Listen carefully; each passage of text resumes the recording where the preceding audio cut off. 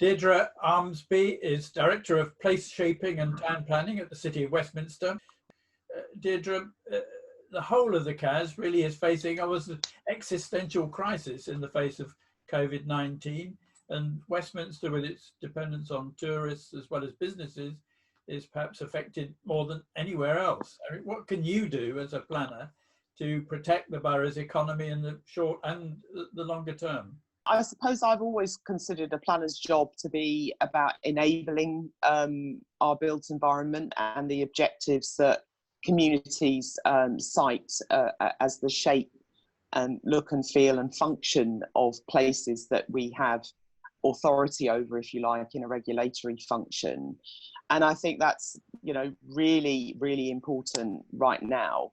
I suppose one of the things short-term wise, we've had a number of temporary changes to regulations, etc., over this period to get things moving and help people, live that safe and prosperous life as far as we can, given the crisis that we have experienced. So I suppose some of those short-term measures have involved adaptations and being much more flexible with the players in the economy and what they need to do with their premises and how they need to run their businesses, which they've all had to look at very carefully and quickly to keep things moving. So I suppose some of the obvious points around that have been, restaurants being able to become takeaways without any particular, hoops to jump through, so that they've got an alternative business model to the one that couldn't operate during the crisis. And so we've done and enabled all of that. I think the other big adaptation that we've been involved with, maybe less so from a planning position, but more from the place shaping side, is, the alfresco dining experimentation that we've done in a very, very short period of time. And I think basically has been extremely successful. It's a massive collaboration between, design criteria, keeping streets safe, helping the businesses within certain parameters get up and running and make an offer, I guess, to a different audience than they had been used to before. Because as you rightly point out, the number of businesses and visitors to the city has been probably its sort of prime characteristic. And in this short term, we've had to look to a different characteristic of late, which is really, I suppose, Londoners really as the main people that we want to come and populate the city. And they, of course, being the very versatile and amazing population that they are, have responded very much to the platform that I suppose we helped to lay down. And they've come and they've used the alfresco opportunities in Soho and in other parts of the borough. And that has, been quite a boost, I think, to a number of people to have somewhere to go and some symbol of a new normality for them, and to provide some variety to many of us who've been working from home completely since March, and also to assist with all those people that are reliant on the huge amount of employment, as you say, and activity in the short term for the centre of London.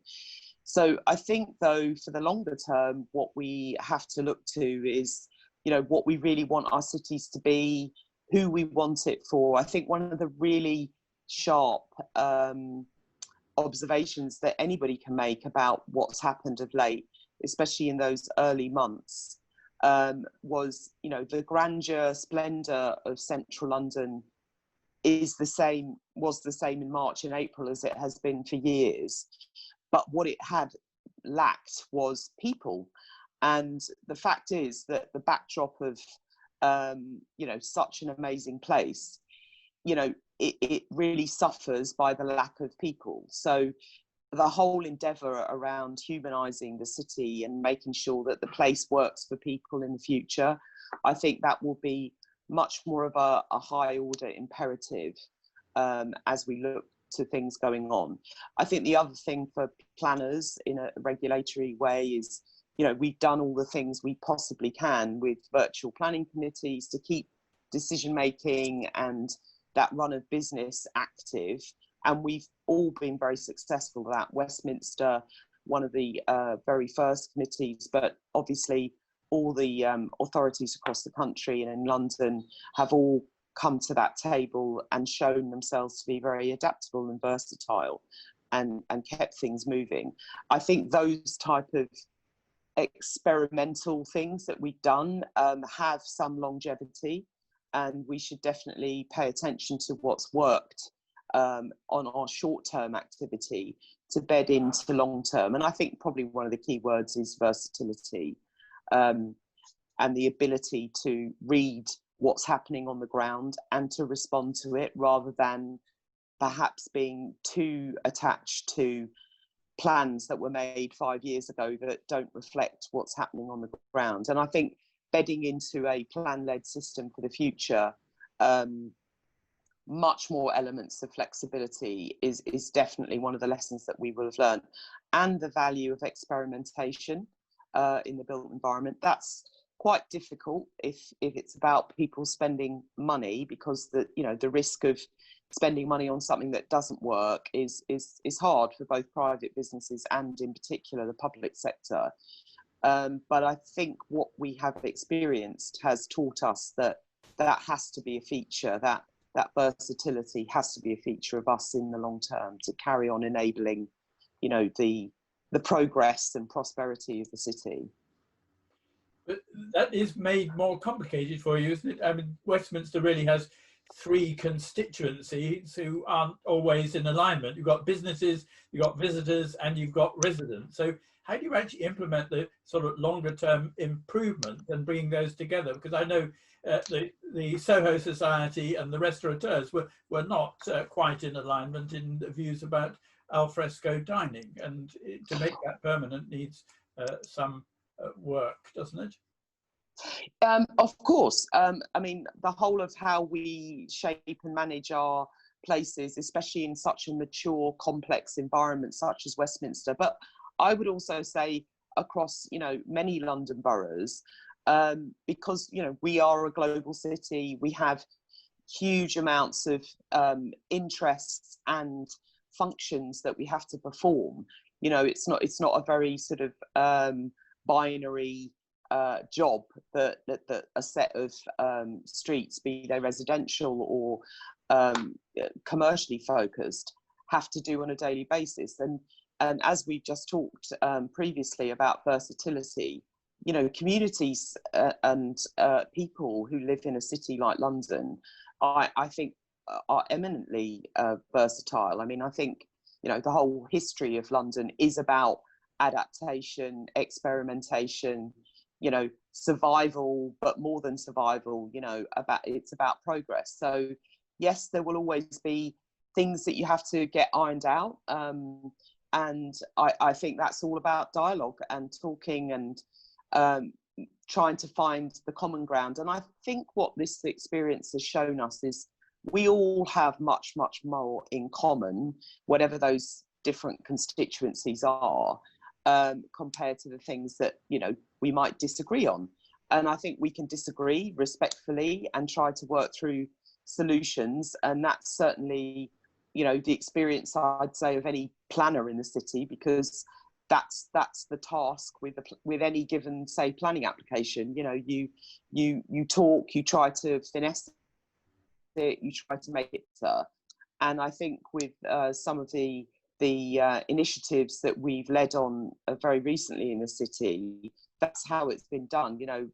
Conversations with bids, with businesses, with the community to bring forward solutions that deal with what's on our plate right now.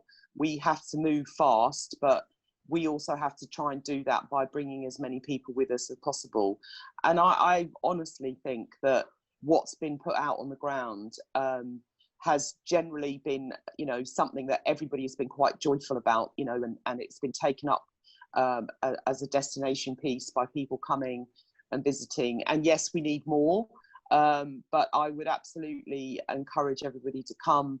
I think people have been very considerate, respectful in this period around the fact that, you know, there are, you know, there's some concerns that are there in the general population.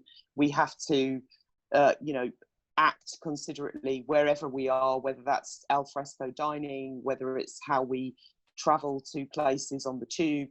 And you know, I think we're all quite clear about what the